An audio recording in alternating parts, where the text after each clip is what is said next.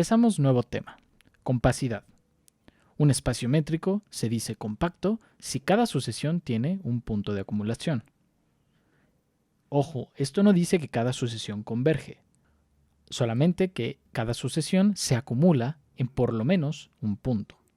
Como tarea, muestren que si XD es un espacio métrico finito, es decir, con un número finito de elementos, entonces es compacto. La idea es que, en este caso, las sucesiones tienen que acumularse en algún lado. Teorema. Un espacio métrico es compacto si y solo si toda sucesión tiene una subsucesión convergente. La demostración de este teorema se queda como tarea. Es consecuencia directa de las caracterizaciones que tenemos de puntos de acumulación de sucesiones.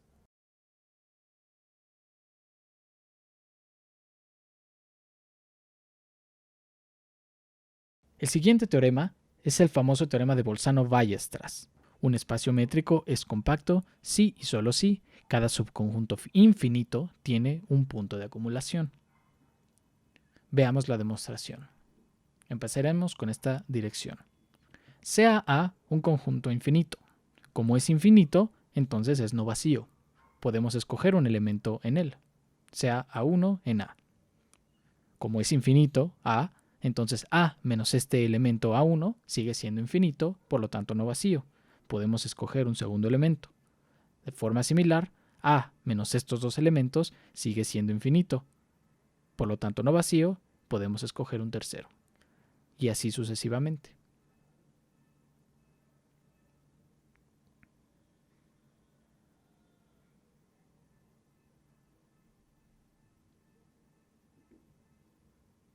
El conjunto de todos estos A's, desde A1 a A2 en adelante, por construcción es un conjunto numerable, numerablemente infinito, de hecho, el cual está contenido en A, porque todos estos son puntos de A.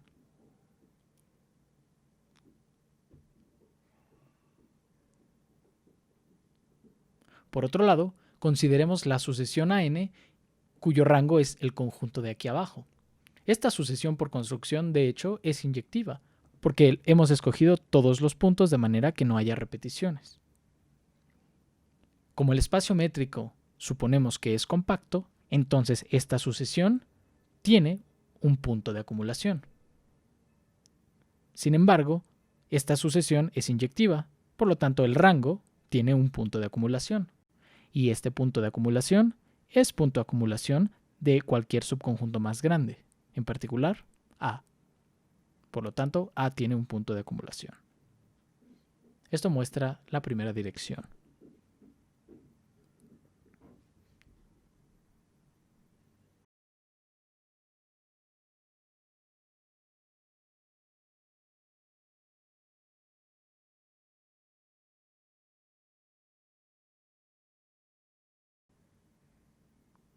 Para el regreso, sea AN una sucesión.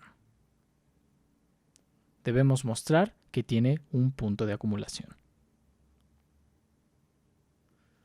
Si esta sucesión resulta que tiene rango finito, entonces es claro que algún término debe de repetirse un número infinito de veces, puesto que es una sucesión. En este caso, este término, que se repite un número infinito de veces, es un punto de acumulación de la sucesión y no hay nada que probar. Supongamos pues que entonces tiene rango infinito. En este caso, podemos nosotros encontrar una subsucesión Bn que sea inyectiva, al escoger solamente términos distintos entre sí. Considerando el rango de esta subsucesión, vemos que este conjunto es un conjunto infinito y por hipótesis tiene un punto de acumulación.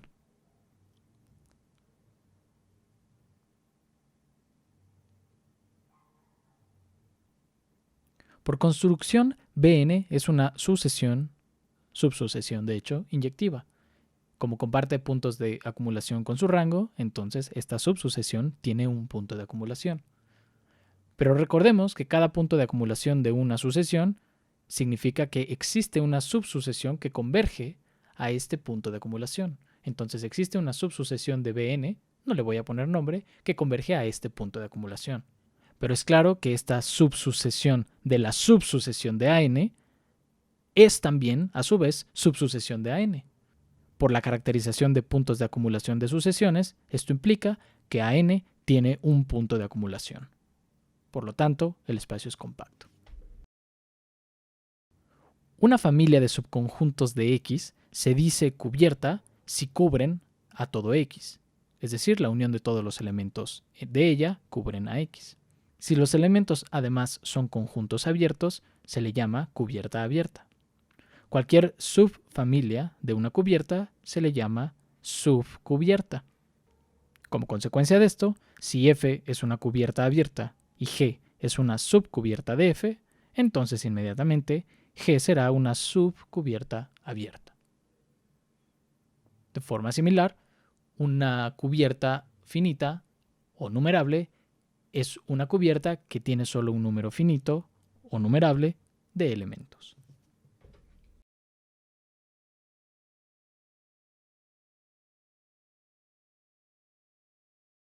El siguiente es una caracterización de compacidad en términos de cubiertas. Preste atención al enunciado del teorema, puesto que esta es una forma débil de la caracterización usual. Más adelante obtendremos la caracterización típica. Teorema.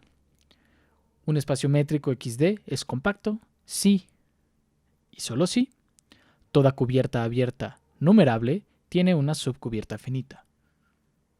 La caracterización típica de compacidad que se estudia en análisis real dice que toda cubierta abierta, numerable o no, tiene una subcubierta finita. En este sentido, esta caracterización es una versión más débil de este resultado.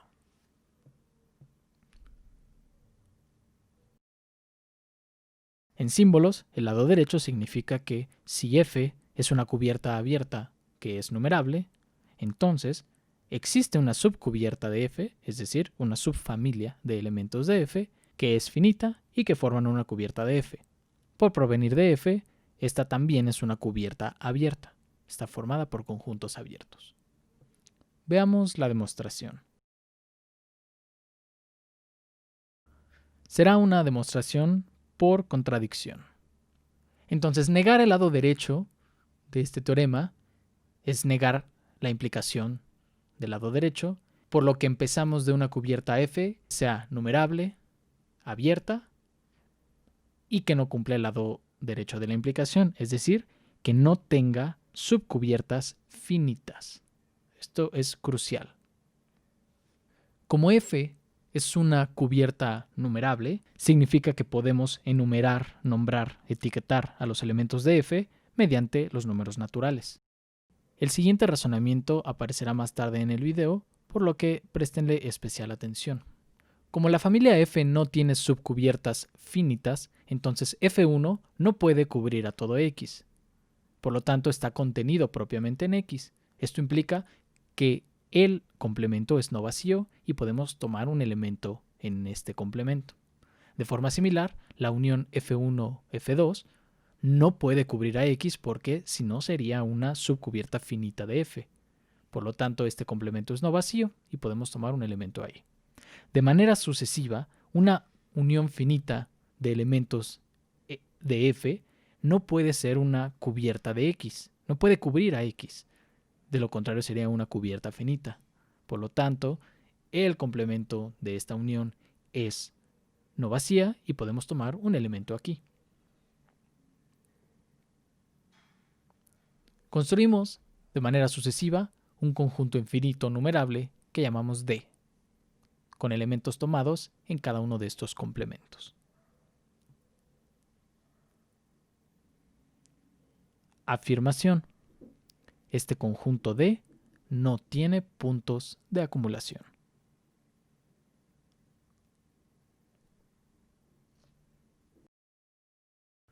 Mostraremos que ningún elemento del conjunto X puede ser punto de acumulación de D. Como F es una cubierta, entonces alguno de sus elementos debe de contener al punto X. Como los elementos de F son conjuntos abiertos, entonces existe una bola de radio, digamos R, completamente contenida en este FK, que es el elemento de la cubierta que contiene a X. Observemos que el X2 se tomó en X menos la unión, es decir, X2 no puede estar ni en F1 ni en F2. De forma similar, Xn no puede estar ni en F1 ni en F2 ni en el resto de los conjuntos hasta el n-1. Por lo tanto, si n es mayor o igual que k, entonces Xn no puede estar en Fk.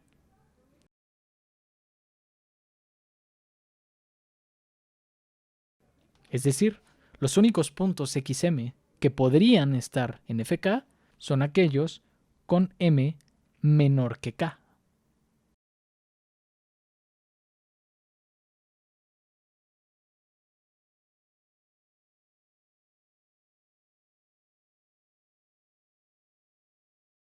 Definimos entonces a epsilon como el mínimo entre r, la bola de radio del lado izquierdo, y las distancias del centro de esta bola a los puntos del conjunto de arriba. Esto siempre y cuando x sea distinto que xy. Aquí me faltó escribir eso, hay que agregarlo. Con esto, este epsilon es estrictamente positivo. Claramente, la bola de radio epsilon centrada en x no tiene puntos de d. Se está escogiendo expresamente el radio de forma que evada, que no toque a puntos de d. De donde la intersección de esta bola con d menos el punto x es vacía. Esto muestra que x no puede ser punto de acumulación. Estamos encontrando un epsilon para el cual esta intersección es vacía. Para esta dirección también lo haremos por contradicción.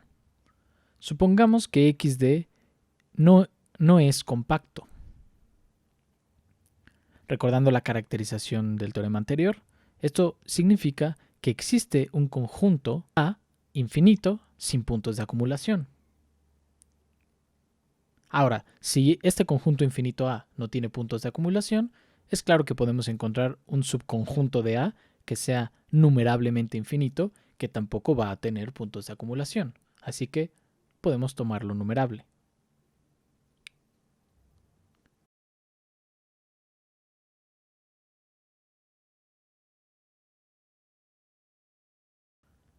Recordemos que la cerradura de un conjunto se puede obtener mediante la unión del conjunto con sus puntos de acumulación. Y este, al no tener puntos de acumulación, implica que el conjunto AD es vacío, por lo tanto A es igual a su cerradura, haciéndolo cerrado. Como A es numerable, podemos etiquetar a sus elementos con los números naturales, digamos AN. Ahora, como A no tiene puntos de acumulación, tenemos lo siguiente. A1 no es punto de acumulación de A. Esto implica que existe un epsilon 1, un radio, tal que esta intersección es vacía. De forma sucesiva, como AN no es un punto de acumulación de A, otra vez A no tiene puntos de acumulación, entonces existe un radio epsilon n tal que la bola de radio epsilon n centrada en AN intersectada con A menos AN es vacía. Sea entonces F la siguiente familia.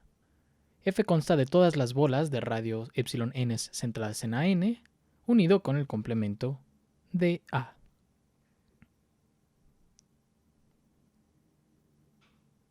F es una cubierta abierta numerable de X.